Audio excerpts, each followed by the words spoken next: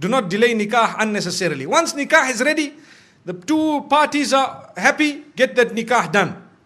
So that any relation that happens between them thereafter happens in a way that is permissible. Remember that. Sometimes people say, no, my daughter is engaged. Brother, 3 years later, your daughter, no, she's engaged. I say, but brother, 3 years have passed. She had 2 abortions in the process. Do you know that? I'm not joking. I'm serious. My parents, you don't know what we know. They come to us for help when they cannot talk to you. I know. We cry when we see the children of the good people. Sometimes people we know. And they come to us, you know what? I have this problem and that problem. But sister, you are engaged to the man. How could this have happened? You know, my father told me you cannot marry now, you are still studying. My, Allahu Akbar. May Allah forgive us, really. Brothers and sisters, open your eyes.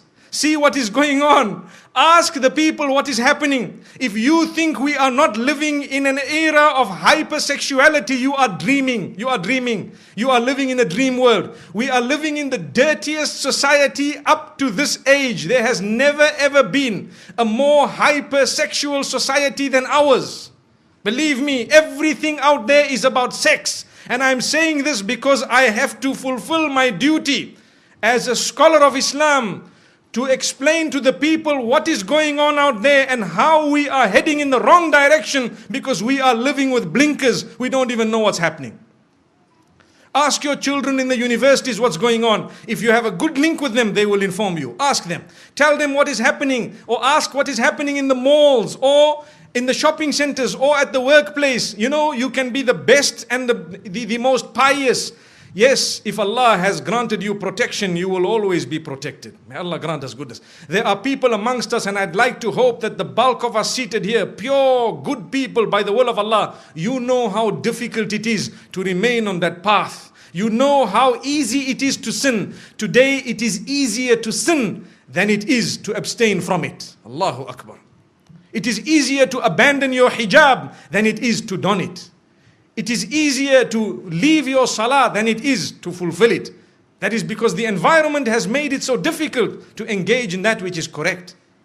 But my brothers and sisters, this is why I say do not delay nikah. It's not just my statement, it is a teaching that has come to us from the best of creation. Don't delay it.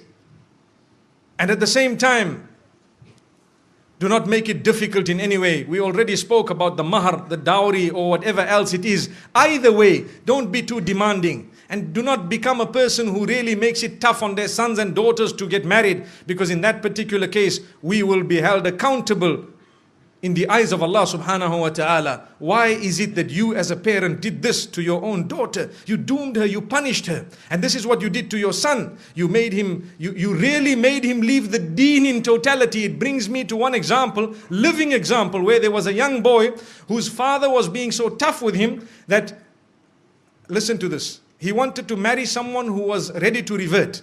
So his father told him, no, not over my dead body. What am I going to tell my friends and society, my brothers and my sisters, my this, my that? Brother, izzah is from Allah. Your status is from Allah. If you had embraced this, it was going to be much better. So you can explain to your friends and your family, look, you know, I tried my best, but today's society, you know, sometimes the children are doing their own thing and we have to try our best, saddidu wa qaribu, to make the most of what it is and to guide them as best as possible. And, you know, we will see how best they can manage. But instead of that, this father chose to say, over my dead body. So what did the son do? He asked for help from some of the scholars and so on. And sometimes there is a limited amount of help you could actually offer, because if a man is being stubborn, you cannot really win. So after some time, he converted and left the fold of Islam and gone. Why? Because to him, the child was lost. And the father is still proud of his action. I don't mind if he became a non-Muslim, but at least nothing happened against my will. And he told his family members, you know, your children, if they want to do the same thing, you should also engage in this type of thing. How?